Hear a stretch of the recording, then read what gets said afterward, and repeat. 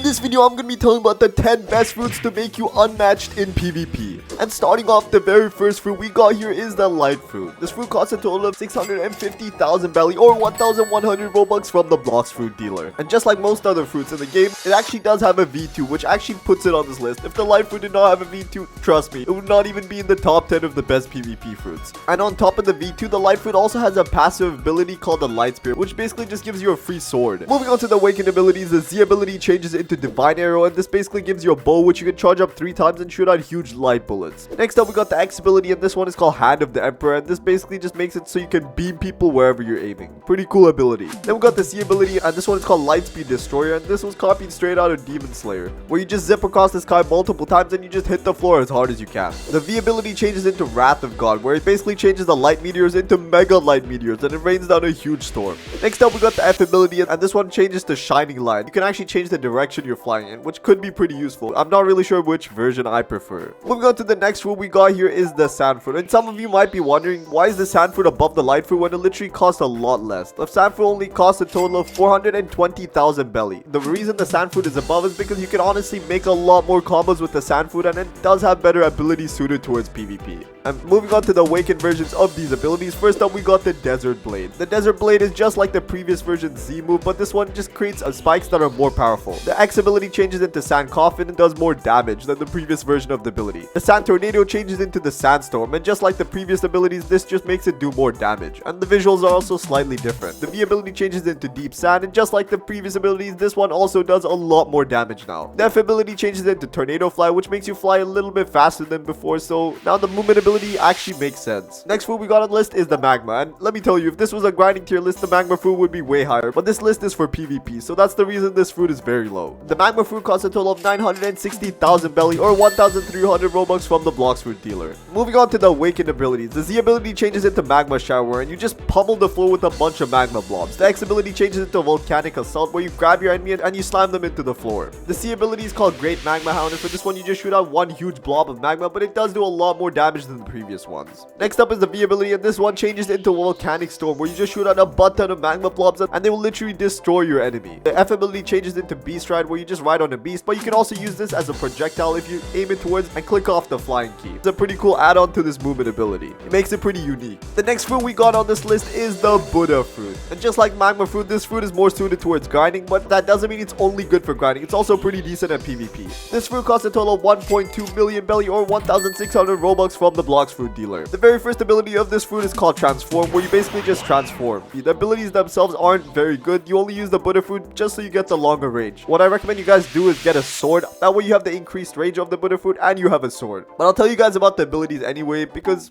why not? Okay. When awaken the Buddha's Z ability, then you basically just turn into bigger Buddha. And this also gives you a passive ability which lets you do damage to everything around you when you jump. The X ability changes to Heavenly Impact. It's literally the same ability, they just added more damage and VFX. The C ability is called Light of Annihilation. Charge up a huge beam and just shoot it out of your hand, kinda like a Kamehameha. The V ability changes into Twilight of the Gods, and for this one you just jump into the sky and just start shooting beams everywhere around you. The F ability is called Retribution Dash, and this is actually a movement ability you unlock when you awaken the fruit, and it's actually pretty good. You can dash into people, and if you pick them up, you slam them into the floor. But honestly, I use this ability for movement. The next fruit we got on the list is the Rumble fruit, and this is honestly a fan favorite fruit for PvP just because of how many combos it has. This fruit costs a total of 2.1 million belly or 2,100 Robux from the Blox fruit dealer. Moving on to the awakened version of this fruit, the Z ability changes into Lightning Beast, and you actually shoot out a Lightning Beast. The X ability changes into Thunderstorm, and this just makes the thunder extremely fast and deal a lot more damage. The C ability changes into Sky Judgment, and you spawn in a huge lightning bolt just like the previous version of this ability, but this one does a lot more damage. Next up we got the V ability, and this is called Thunderball Destruction. And just like the previous V ability, this is literally just a huge spirit bomb, but this one is actually thrown a lot slower. So if when you're PvPing, I recommend getting the weaker version of this ability. It might do less damage, but it is at least a lot faster. The F ability changes into Electric Flash, which makes it so you can spam it 3 different times, but the base ability stays exactly the same. Anyways, the next fruit we got on the list is the Quake fruit. This fruit costs a total of 1 million belly or 1,500 Robux from the Blox fruit food dealer. Anyways, let's move on to the awakened version of these abilities. The very first ability changes into Fatal Demolisher, and it's practically the same ability, but it just does a lot more damage. The X ability changes into Air Crusher, and just like the Z ability, there's a bit more VFX and it does do a lot more damage. The C ability changes into Spatial Shockwave, and just like the other two, this is just the same ability, just does a lot more damage. The V ability changes into C Quake, and we finally have the change for the abilities here. The previous version of this ability spawned in 2 waves, and this one literally spawns in 4 whole waves. It's literally undodgeable. They literally come in from every direction. That's pretty much it for the Quake fruit. The next fruit we got here is not technically in the game, but it will be coming back soon, the Dragon fruit. This is a mythical fruit, and it costs a total of 3.5 million belly or 2,600 Robux from the Blox fruit dealer. Well, not really from the Blox fruit dealer anymore because you can't really get it. The devs are currently fixing up some bugs with it, but it will be added to the game soon. The Z ability of this fruit is called Heat Wave Beam, and you just shoot out a huge beam that deals a decent amount of damage. The X ability is called Dragonic Claw, where you just grab someone and take them flying with you, and you also deal a decent amount of damage to them.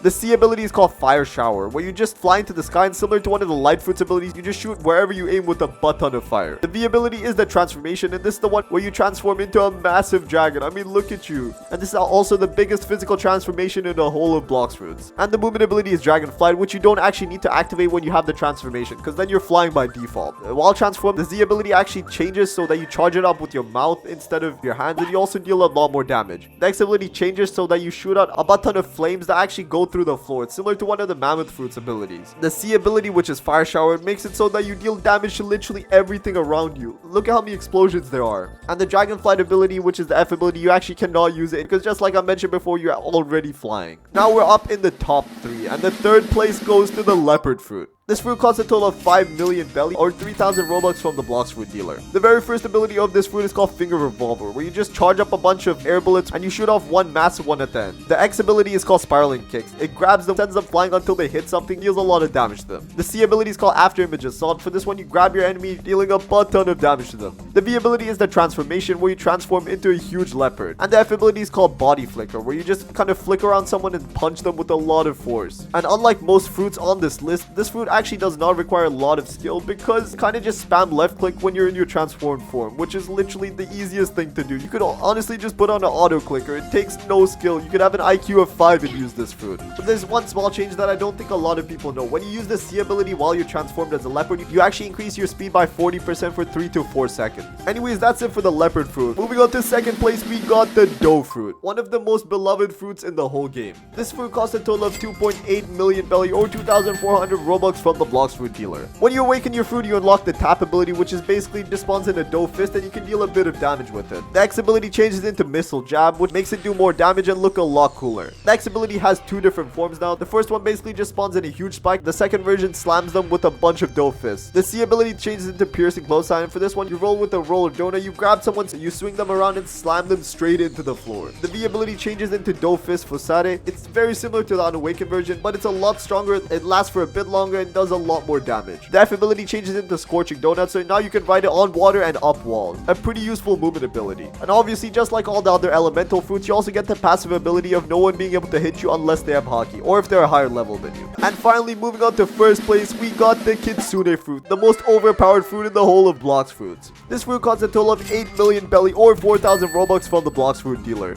The very first ability of this fruit is the M1 ability, where you can kind of just scratch everything in front of you. Next up, we got the Z ability, and this is called Accursed Enchantment, where you can just shoot out a bunch of flame balls towards wherever you're aiming. Next up, we got the X ability, and this is called Tales of Burning Agony, where you kind of just shoot a ball that zigzags, follows your enemy, and deals a bit of damage to them. Next, we got the C ability, and this is called Foxfire Disruption, where you just shoot out a huge blue flaming ball of energy that deals a decent amount of damage. Next up, we got the Transformation, which literally turns you into a Kitsune. I mean, look at you. You look amazing. The F ability is called Wind Assault, and this isn't really a movement ability because you just charge straight into your opponent and deal a bit of damage to them. I guess you could kind of also use this as a dash. When transformed, the abilities look pretty much the same. There isn't much of a difference. They kind of just upgraded versions of the previous abilities. There's a lot more effects and there's a lot more charges. The only ability that changes a lot is the X ability. Unlike zigzagging before and slamming them into the floor, you now grab them, jump into the sky, and then slam them into the floor. A very cool finisher to this move. That's pretty much it.